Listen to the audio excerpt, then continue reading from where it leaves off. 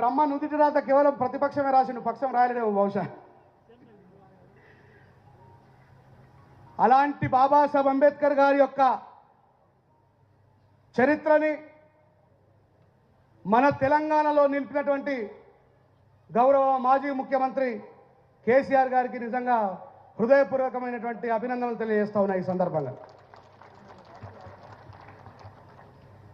50 సార్లు అంబేద్కర్ గారి పేరు తీసుకుంటే సపోర్ట్ కొట్టలేరు, కానీ ఒక్కసారి కేసీఆర్ గారి పేరు తీసుకోగానే సపోర్ట్ కొట్టారు. అమ్మో,